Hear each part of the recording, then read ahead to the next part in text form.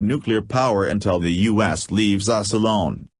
To herald the arrival of U.S. President Donald Trump in South Korea, North Korea has reaffirmed their resolve to bolster their nuclear arsenal and oppose the U.S. and its allies. The sky-high tensions in the Korean Peninsula have entered their seventh month, with no signs of breaking.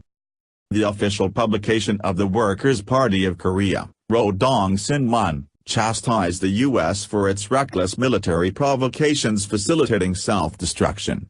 Specifically, the statement pointed to planned U.S. military exercises that would involve aircraft carriers skirting North Korean territorial waters. The aircraft carriers USS Nimitz, USS Ronald Reagan, USS Theodore Roosevelt, and all their accompanying retinues are expected to participate in joint exercises in the Pacific later this week. The announcement of the exercises, which came on Tuesday morning, has been interpreted as a show of the sheer power of the U.S. Navy. No military on Earth other than the Americans has more than 2 aircraft carriers in service. The U.S. has 10.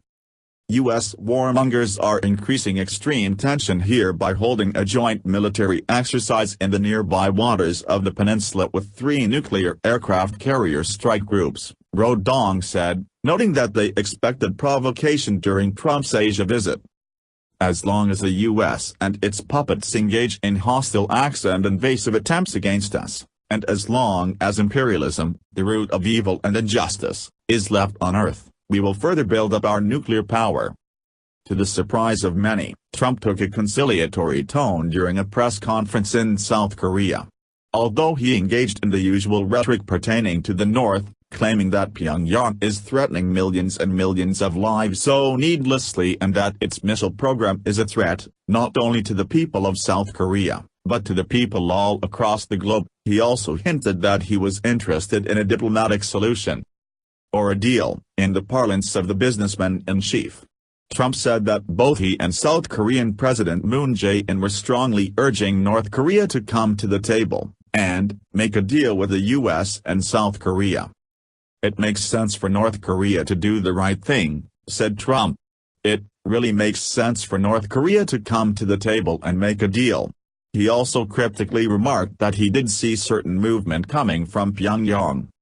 Moon added that he and Trump agreed to maximize military, economic and diplomatic pressure until North Korea returned to sincere talks regarding an end to their missile and nuclear programs. Should the DPRK cooperate, Moon said, they could be facing a bright future. Trump's past rhetoric has been far more bellicose, though. In August, Trump tweeted that talking is not the answer to the current standoff, and that U.S. Secretary of State Rex Tillerson was wasting his time trying to negotiate with North Korean leader Kim Jong-un. He has also vowed to unleash fire and fury against North Korea if they continue to threaten the U.S. in August, and to totally destroy the insular Asian nation if it attacked the U.S. or its allies. Previously, Kim has claimed that he would not negotiate unless he could do so from a position of strength, meaning a nuclear intercontinental ballistic missile, ICBM, that could strike anywhere in the U.S. Twice in 2017, the DPRK tested their Hwasong-14 ICBM, which may be able to do just that.